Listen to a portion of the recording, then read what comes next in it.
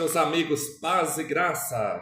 Vamos para mais um estudo da Bíblia, da Palavra de Deus. E o estudo para hoje é a profecia de Gog de Magog.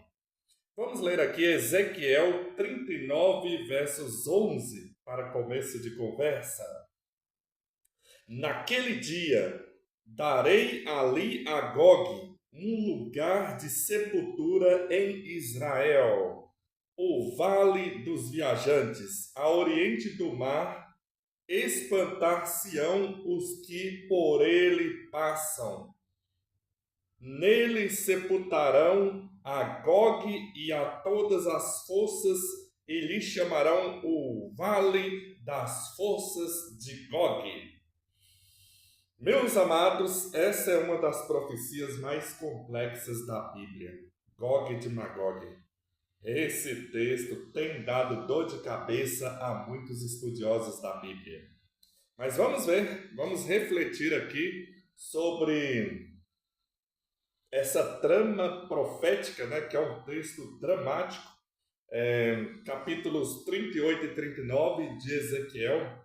Você tem a descrição de um quadro, um cenário, onde uma coalizão de nações encabeçadas por Gog vai a um embate final, uma batalha final contra o povo de Deus, apontado aqui como o povo de Israel, né? E então, nessa batalha final, Deus entra em juízo contra essa coalizão que é destruída. Agora aqui, o que é intrigante nessa profecia? Uma descrição profética, onde diz aqui, por exemplo, no versículo 10 do capítulo 39, o povo de Israel vai queimar as armas, os despojos de guerra de Gog, por 7 anos não trarão lenhas do campo, né? E vão estar ali queimando as armas dos seus inimigos por 7 anos. No versículo 12 também diz que por 7 meses toda a casa de Israel vai estar enterrando os mortos da multidão de Gog.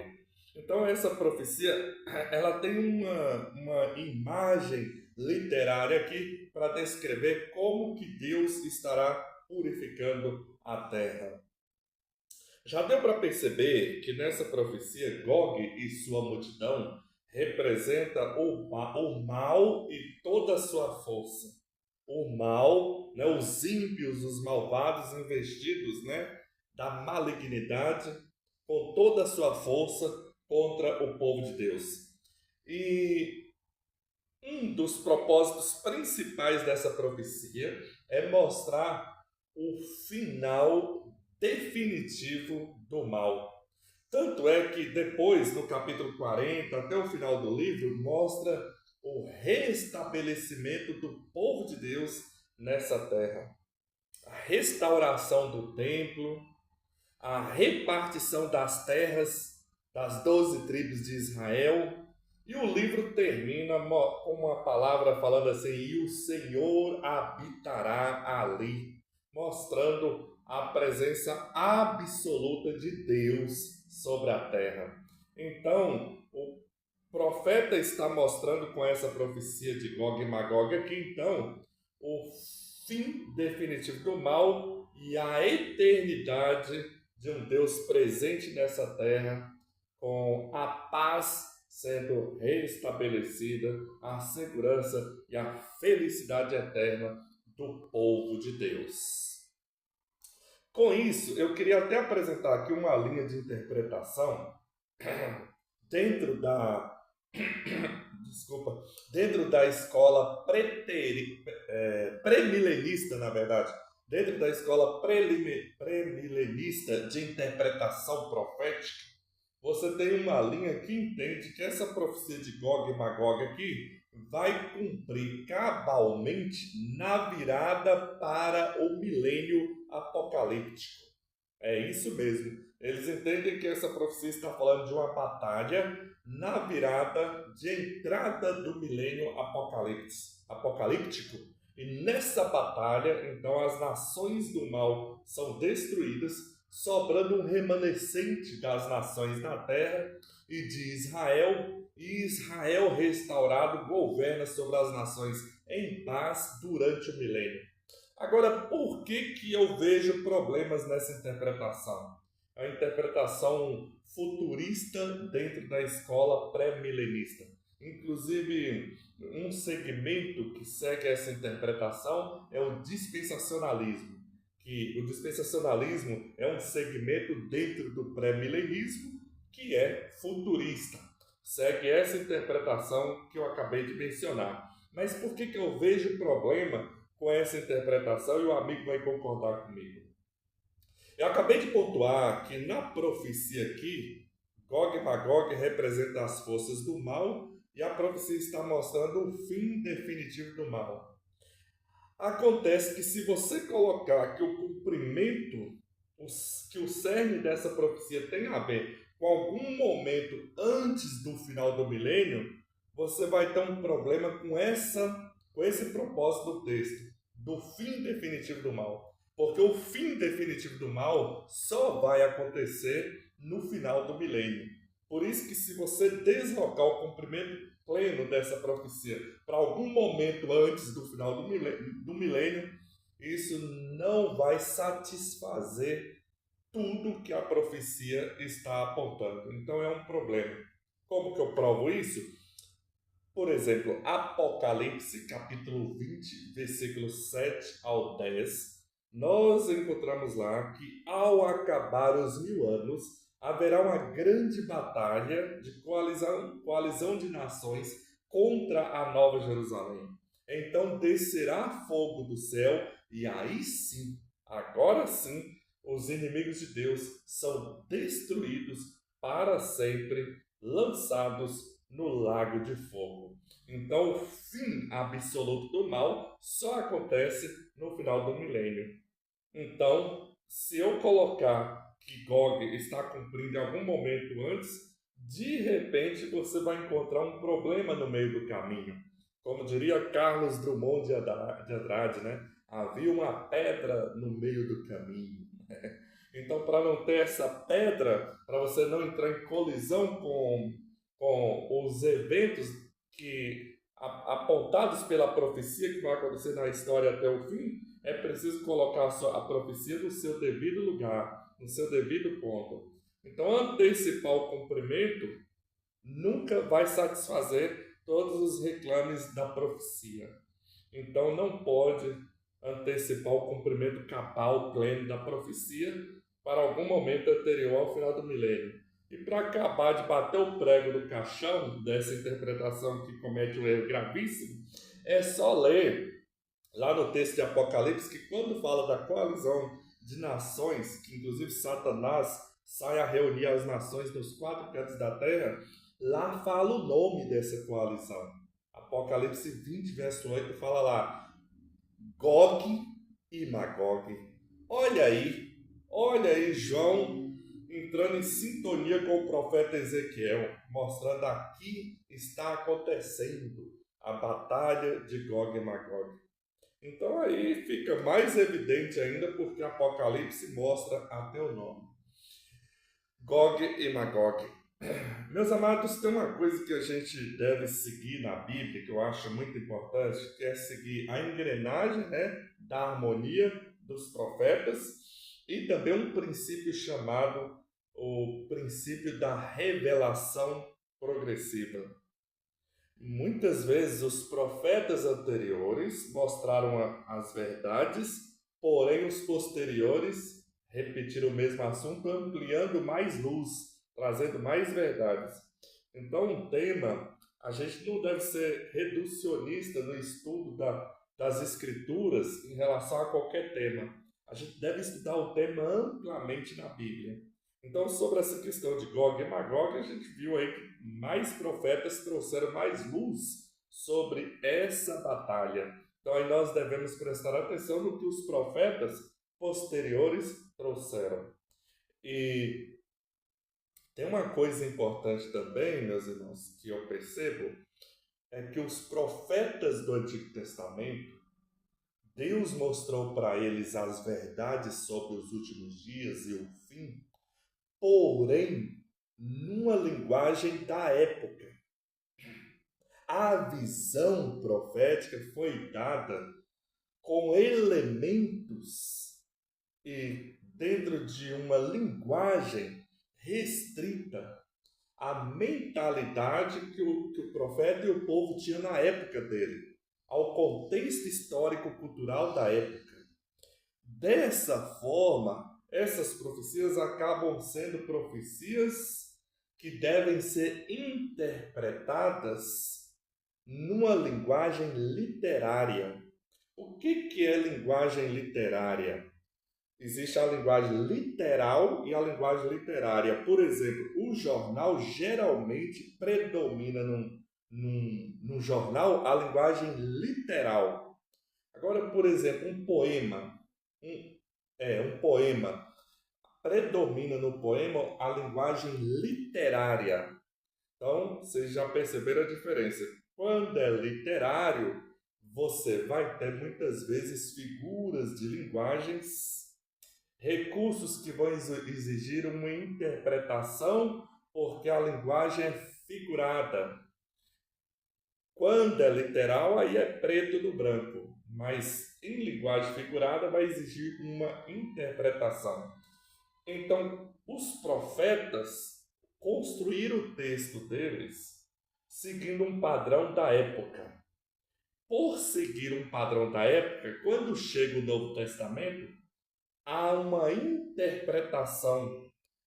Aquele padrão acaba se tornando uma linguagem literária, representativa, uma linguagem representativa. Por exemplo, eu vou dar só um exemplo.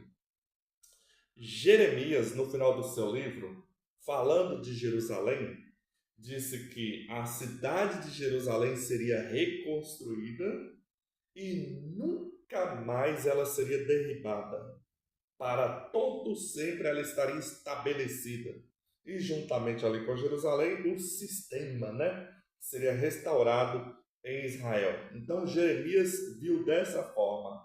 Jeremias, na visão dele, está vendo a Jerusalém daquela época, feita de tijolo, feita de pedra, que seria restabelecida para sempre.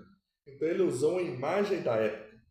Quando você vai para o Novo Testamento, você vê que o cumprimento dessa profecia cabal vai acontecer numa Jerusalém celestial. De que maneira nós teremos Jerusalém por toda a eternidade nessa terra, cumprindo a profecia de Jeremias? Por uma cidade de ouro e cristal e pedras preciosas descida do céu. O cumprimento cabal da profecia de Jeremias se dará na Nova Jerusalém Celestial. No Antigo Testamento não era possível perceber isso. Estava ali numa linguagem enigmática, figura da época. Jerusalém da época representando a Jerusalém eterna. Mas quando você chega no Novo Testamento, você descobre, então, a interpretação daquela figura de linguagem e o cumprimento pleno da profecia na Jerusalém Celestial. O mesmo acontece com muitas outras profecias do Antigo Testamento em relação ao fim do mal, nova terra, o reino de Deus. E aqui é onde muita gente tropeça e não consegue ter essa perspicácia de perceber essa linguagem profética. E é o caso aqui de Ezequiel, capítulo 38 e capítulo 39. Por que muita gente joga para o milênio? Porque, por exemplo, aqui no texto, eu já li, já mencionei aqui, foi falado que no final da guerra de Gog, o povo de Israel vai queimar todas as armas do povo de Gog e também vai enterrar os mortos de Gog, purificando a terra. Então, o que muitos irmãos falam? Falam, isso aqui não é no final do milênio, porque no final do milênio a purificação vai ser com fogo. Deus vai derramar o fogo e destruir o juízo. E aqui está mostrando o povo de Israel purificando a terra. Eles mesmos saem purificando. Então, isso aqui deve ser outro evento. Deve ser outro evento. para começo de conversa, se a gente for ser tão literal assim, a gente vai ter um problema, porque aqui fala que eles vão pegar as armas do inimigo e vão usar como lenha, né? Se a gente for ser tão literal assim, vamos tentar, vamos tentar imaginar aqui. Hoje em dia, do que são feitas as armas de guerra? Material metálico. Material metálico, não tem nem como ser lenha. Então, você tem que pegar a ideia do texto, né? Porque literalmente não tem nem como. Olha o que o texto está falando aqui também. Olha o verso 9. Os habitantes de Israel sairão e queimarão todas as suas armas, os escudos, os paveses, os arcos, as flechas, bastões. Agora eu pergunto para vocês: vocês acham que na guerra final que vai ter gente com escudo, bastão, flechas, arcos? Vocês perceberam que o profeta está usando aqui linguagem da época dele? Hoje nem existe mais essas armas de guerra. Então, a gente consegue detectar que o texto não é para ser lido literalmente. Ele é figurativo. E tem mais. E tem mais. Essa batalha final aqui das nações contra Israel não foi só Ezequiel que viu. Jeremias viu, Zacarias viu, profeta Isaías viu. E tem uma coisa que acontece. Tem uma coisa que acontece. O profeta Jeremias, ele viu de um jeito e Ezequiel viu de outro jeito. Se fosse literal, se fosse para fazer a leitura literal, a Bíblia estaria em contradição. A Bíblia estaria em contradição. Mas como é simbólico, aí sim pode ter diferentes símbolos para falar de um mesmo fato. Porque a linguagem é simbólica. Dá para utilizar 1001 formas de linguagem simbólica para representar um fato. Agora, se for literal, se eu estou relatando o fato literal, eu não posso mudar a linguagem. Se for linguagem literal, é a mesma coisa. Por exemplo, o profeta Jeremias viu que o lugar onde os ímpios, as nações, a hoste ímpia será exterminada, chama-se Guerrinom, o Vale do Geena. Jeremias viu assim, o Vale do Geena. Já Ezequiel viu que é o Vale de Amoná, ou Amon-Gog, né? O Vale das Multidões de Gog. E a localização geográfica não é exatamente as mesmas no texto. Tem outro profeta que fala do Vale de Josafá. Então os nomes, as descrições são outras. Além disso, enquanto aqui em Ezequiel foi mostrado o povo enterrando os mortos, há muitos outros textos mostrando que eles serão exterminados pelo fogo. Já no Antigo Testamento nós encontramos isso.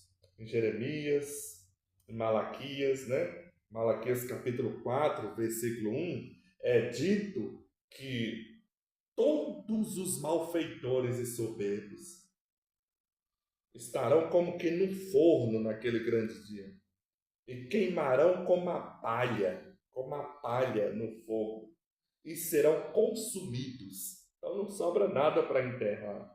Salmo 37, verso 9, fala que o ímpio vai desaparecer feito fumaça pelo fogo. Então é outro texto que já mostra também não sobrando nada. Isaías 66 fala que eles serão consumidos. Então é outra descrição. Então a descrição de Ezequiel é de um jeito, a descrição de Isaías, Jeremias ali vai usando outra figura literária para representar o mesmo fato. O último ajuntamento dos inimigos de Deus e a destruição deles. Mas enquanto um profeta usa a linguagem de que eles são ali extirpados pelo fogo, outro profeta usa outra linguagem.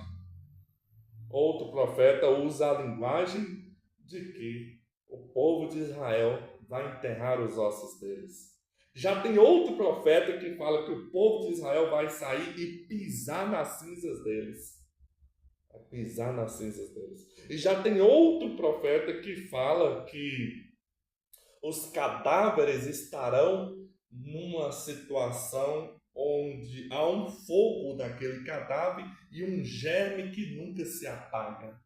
Então, cada texto usa um recurso para falar no final.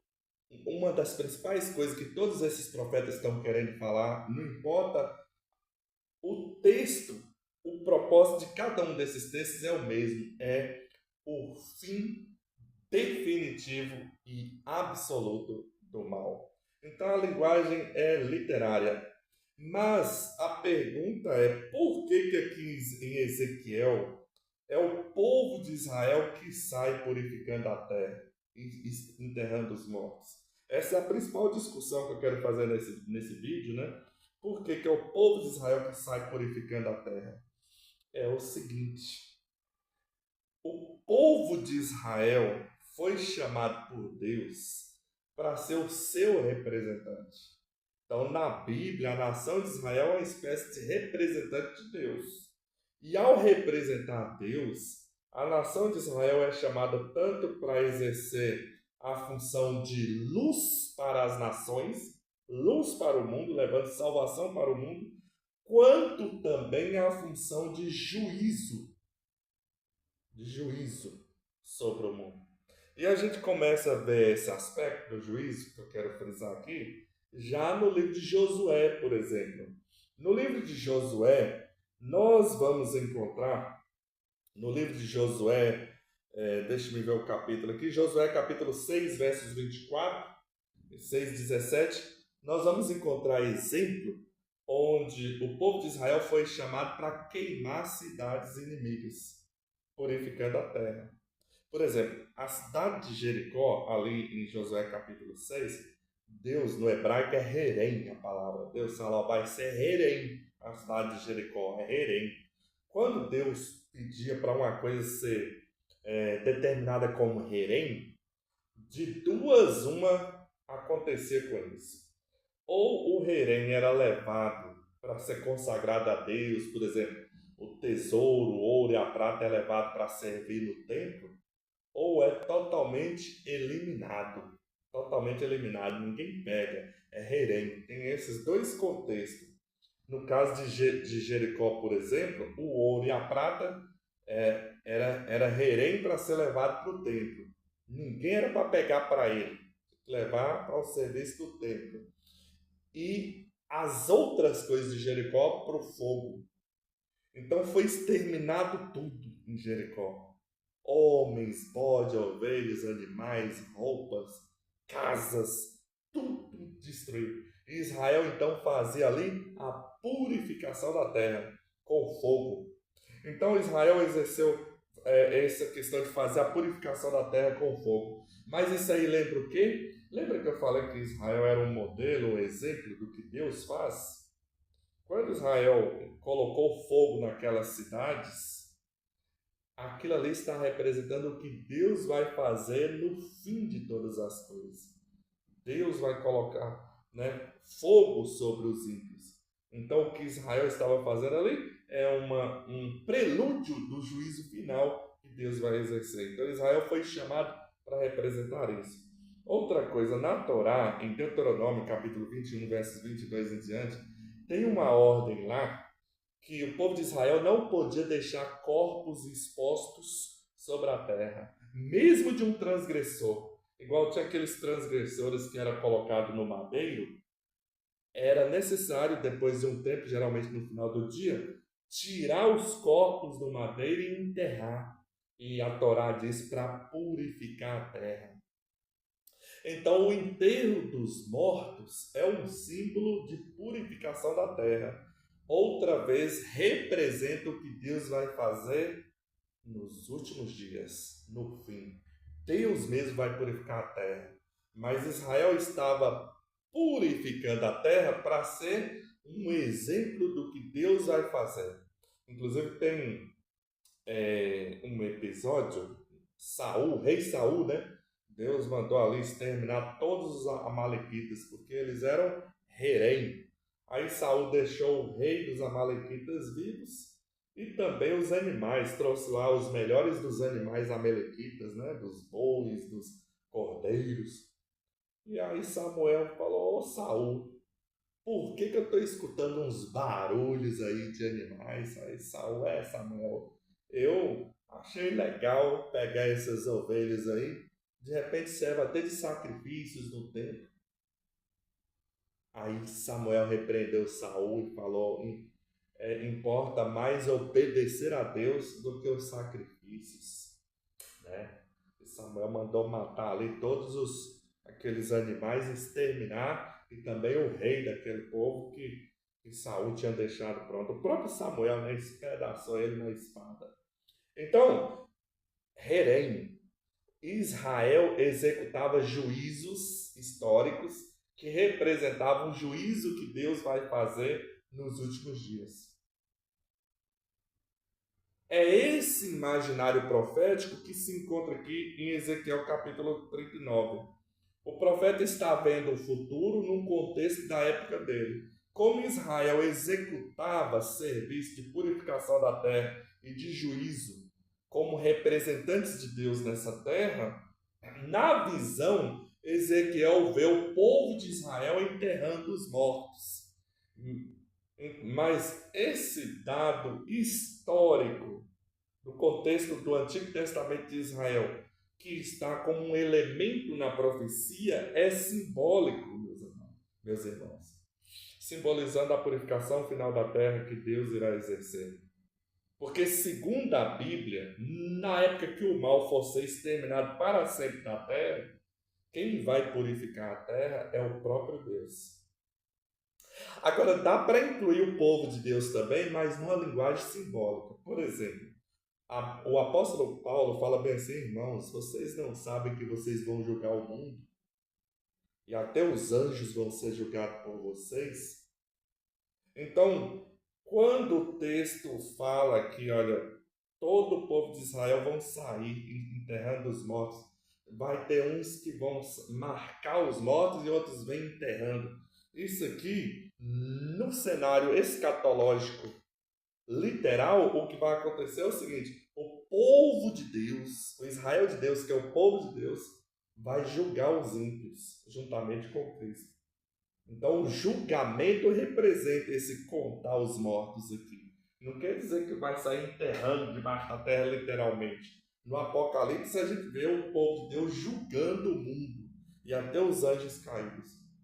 E no final, eles são lançados no lago de fogo. E o apóstolo Pedro fala em 2 Pedro capítulo 3 que essa terra ela está entesourada para o fogo no dia do juízo, da destruição dos ímpios. Então vai ter um fogo que vai encandecer essa terra e ela será purificada pelo fogo.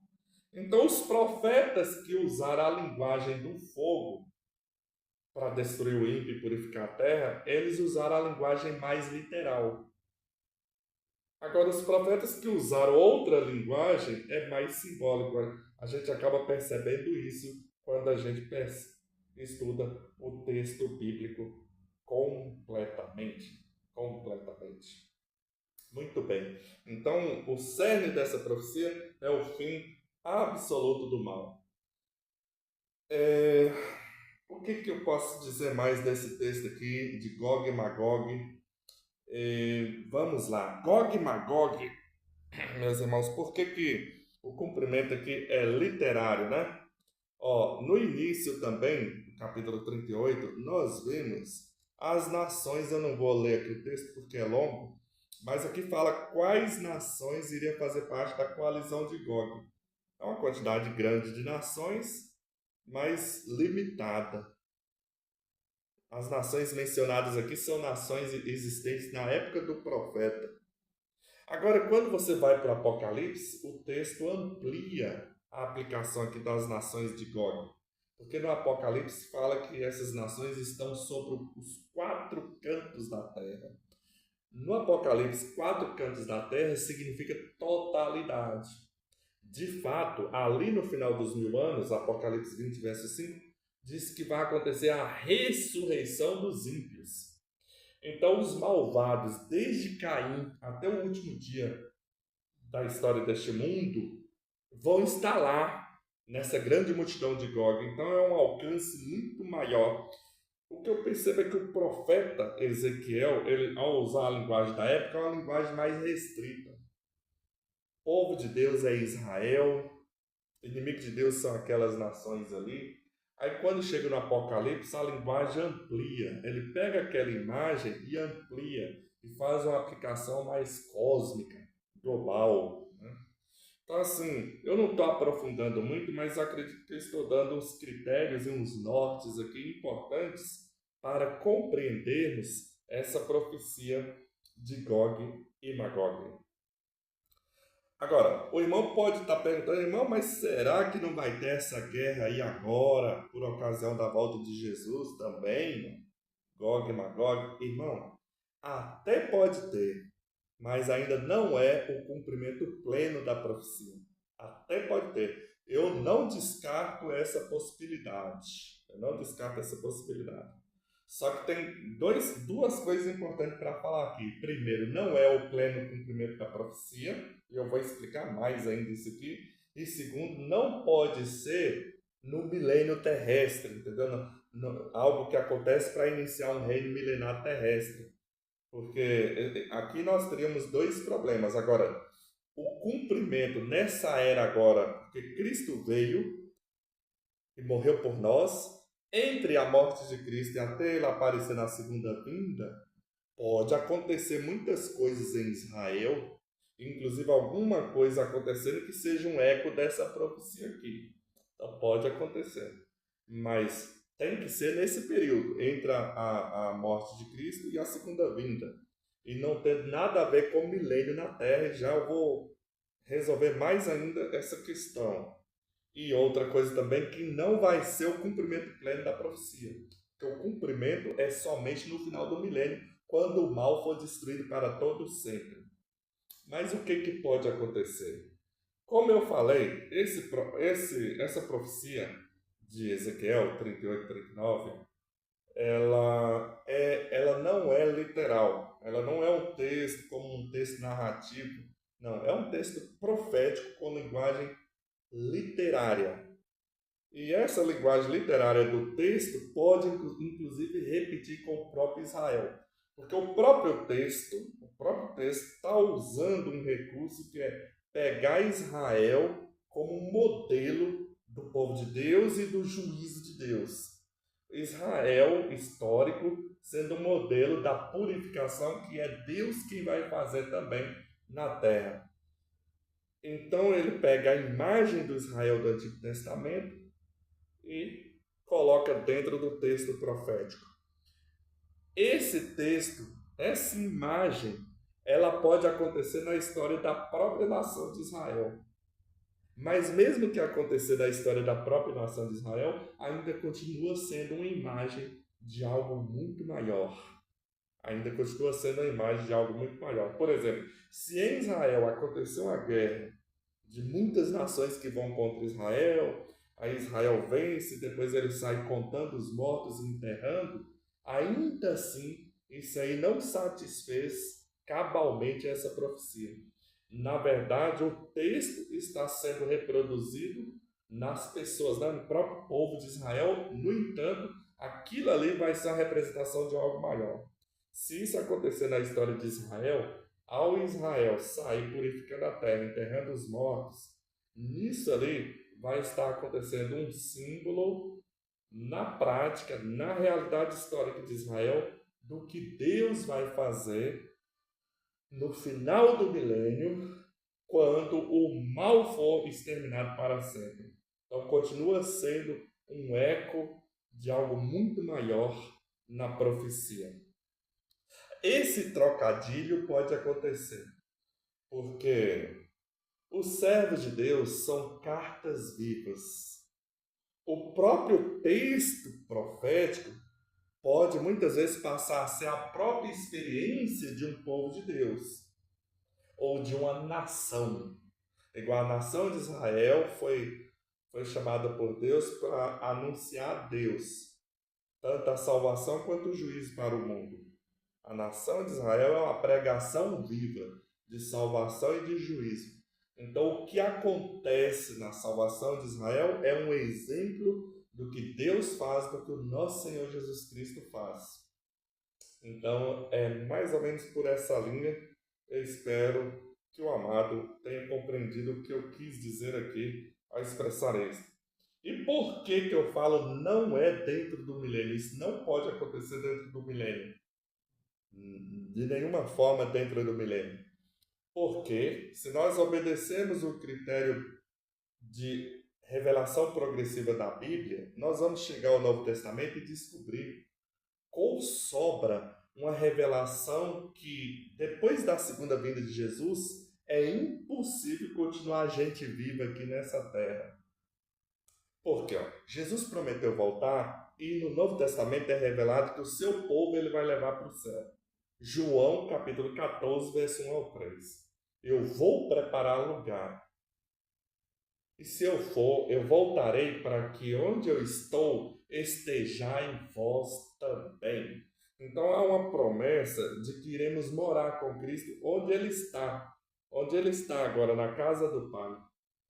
E aí, a Bíblia fala que quando Ele vier, quem não tiver preparado é destruído. E os preparados vão ir para o céu. Será que diz isso mesmo? Mateus 24, 36. Porque assim como foi nos dias de Noé, no dilúvio de Noé, do mesmo modo será a vinda do Filho do Homem. Aí continua lendo, o texto fala que aqueles que não prepararam para o dilúvio, quando chegou o dia do dilúvio, eles foram levados, destruídos pelo dilúvio. Do mesmo modo será a vinda do Filho do Homem. Jesus mostra, e a partir daí ele vai mostrar por várias parábolas que no dia da volta dele, quem não estiver pronto vai ser destruído. Igual no dilúvio de Noé, ele também fala igual Sodoma e Gomorra, ele cita Sodoma e Gomorra.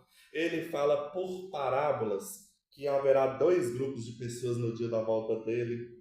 Os preparados e os os despreparados são destruídos. Por exemplo, ele fala que a vinda deles será igual dois servos que o Senhor ausentou e eles cuidam do patrimônio do Senhor. Servo prudente e servo imprudente. Quando o Senhor volta, tem um acerto de conta. E o servo imprudente vai para o lugar onde é choro e ranger de dentes. E o prudente é salvo. A mesma linha é com a parábola do joio e do trigo, do peixe puro e impuro, daqueles que não enterraram o talento e o que enterrou o talento no dia da volta do Senhor. Tem um acerto de conta e há uma perdição eterna para aquele que não se preparou. As virgens nécias e as virgens prudentes. Então Jesus fala por diversas parábolas uma coisa que ele vai falar em Mateus 16, 27, né? Que no dia que ele volta, ele virá na glória do Pai com os anjos no seu poder para retribuir a cada um conforme as obras. Então, no dia da volta de Jesus, é acerto de conta. O estado eterno dos seres humanos fica definido. Ou salvação eterna, ou perdição eterna. E o apóstolo Paulo fala em 2 Tessalonicenses 2, e também no capítulo 1, né, verso 7 em diante, que no dia da vinda do Senhor ele virá em chama de fogo, tomando vingança contra os que não obedecem a Deus, os que não aceitaram o Evangelho. Esses sofrerão penalidades de eterna destruição, banidos da face do Senhor, pelo esplendor da sua glória. Então, segundo a Bíblia, quando Jesus vem para buscar o seu povo, que ele leva para o céu, Apocalipse 20, verso 4 a 11, a 4 ao 6, fala que esses vão viver e reinar com Cristo os 1000 anos, os bem-aventurados da primeira ressurreição. Nessa ocasião, os que não se prepararam são mortos. Então, o que a gente está percebendo? No cenário da volta de Jesus, essa terra aqui, ela vai ficar desolada. E o povo de Deus vai habitar no céu 1000 anos. As nações salvas estarão no céu durante 1000 anos. Eles vão examinar a vida dos ímpios durante esses 1000 anos. Cumpre o que Paulo falou. Irmãos, vocês vão julgar o mundo até os anjos caídos. Então, um padrão que sempre antes de fazer uma execução, Deus faz abre as cortes celestiais para um juízo. Tem uma audiência celestial de juízo antes de uma execução, do juízo executivo. Então, no final dos 1000 anos, como os ímpios vão ir para o fogo, para a destruição, então antes tem um juízo que os santos vão participar desse juízo. A vida, a história dos ímpios vão ser examinada. É dessa forma que vai cumprir o reger as nações com cetro de ferro. Tem gente que pensa que reger nação com cetro de ferro é um governo pacífico que vai ter no milênio, onde uns salvos superiores governam sobre outros inferiores, que são súditos deles, e isso seria reger com vara de ferro. Negativo. Reger as nações com vara de ferro na Bíblia, a primeira vez que aparece é em Salmos 2:9. E lá fala que o Senhor, uma profecia messiânica, fala, vai reger as nações com varas de ferro e vai despedaçá-las. Despedaçá-las. No Apocalipse, quando aparece a palavra reger nação com vara de ferro, tem a ver com a ira de Deus caindo, com destruição, com punição, com condenação. O período de salvação já passou. Agora, Cristo está regendo as nações com um cetro de madeiro, né? Um bordão, né? O Senhor é o meu pastor e nada me faltará. O reino está na terra agora oferecendo salvação. A partir da volta de Jesus é um reino judicial. O período de salvação já passou e agora está num período condenatório. Aqueles que não aceitaram a salvação vão ser punidos. É nesse período aí que a igreja vai reinar com Cristo. Entendeu? Vendo a sorte dos ímpios e confirmando o destino dos ímpios e dos anjos caídos no lago de fogo, na destruição final. Então aí no final do milênio, Apocalipse 21 em diante, mostra a Nova Jerusalém na terra. Os santos descem para a terra, a Nova Jerusalém desce. Aí agora sim a eternidade na terra. Então eu falei tudo isso aqui só para mostrar que não encaixa colocar um cumprimento de uma resultante dessa guerra de Gog e Magog aqui dentro do milênio. Igual alguns fazem que depois que tem a guerra de Gog e Magog, Israel vai ficar aqui no milênio reinando sobre as nações que supostamente sobraram, né? O que acontece, meus irmãos, é que os profetas do Antigo Testamento, eles não usam a palavra igreja, mas a igreja está ali na profecia. Quando eles falam dessas nações que sobraram e junto com Israel vão glorificar Deus, isso aí é a igreja, irmãos. Isso aí é a igreja. As nações salvas nas profecias do Antigo Testamento é a mesma coisa da igreja no Novo Testamento. É o povo de Deus espalhado por todas as nações que temem a Deus. E no Novo Testamento esse povo passa 1000 anos no céu e depois a eternidade na terra. Eu não vou falar mais por causa do tempo, mas vocês perceberam os nortes e os caminhos aí. E pega essa linha, pega essa visão e continue aprofundando seus estudos, como bons bereanos, julgando nas Escrituras, para ver se as coisas são realmente assim. Deus abençoe a todos. Amém? Amém.